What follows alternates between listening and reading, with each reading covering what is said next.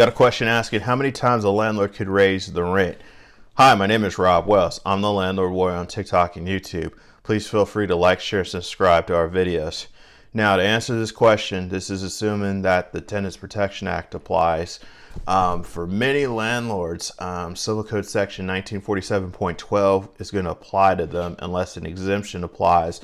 And under subdivision Section 1947.12, subdivision A2, a landlord is generally limited to raising the rent no more than twice in any 12-month period, up to the maximum limits in the Tenants Protection Act. So generally speaking, a landlord can only raise the rent no more than 5% plus the change in CPI.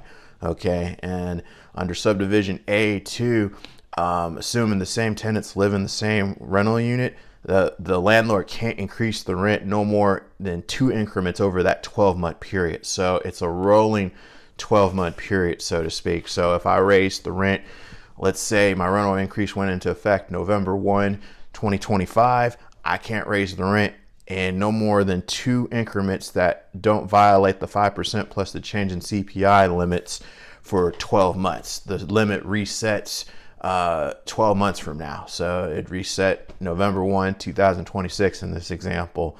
So landlords that are exempt from the Tenants Protection Act, such as single family homeowners that have the proper Tenant Protection Act exemption in their lease agreement, could raise the limits more than that twice increment that I mentioned.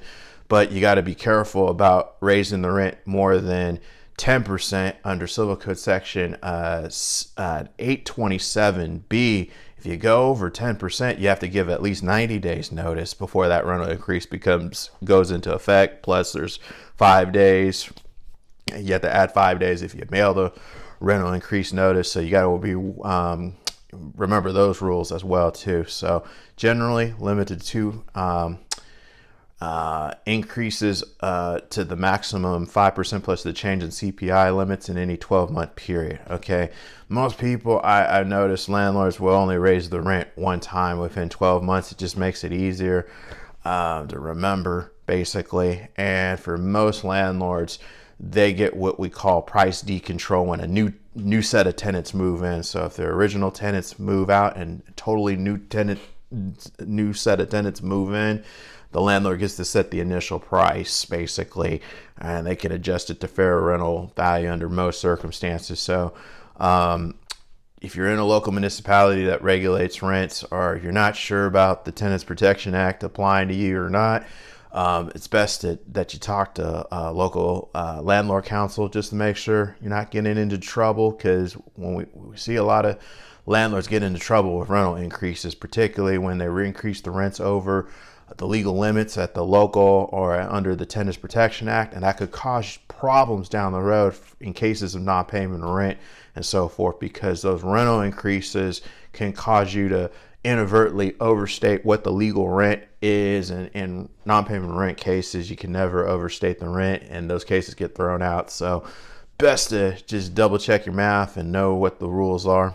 And if you're a landlord facing this situation where you're contemplating raising rents and you're not sure what the rules are, or you got a tenant not paying rent, or you're just not sure if your lease is in legal compliance, has all the legal disclosures and so forth, you're in the Northern California area, feel free to reach out. You can go to our profile down below. It goes to our website, and you can book a free case review to talk about these things. A couple of questions we'll ask just to see if we're a good fit or not. Put your comments, questions down below. I'll try to answer them to the best of my ability. Until next time, folks, I'll talk to you then. Thanks.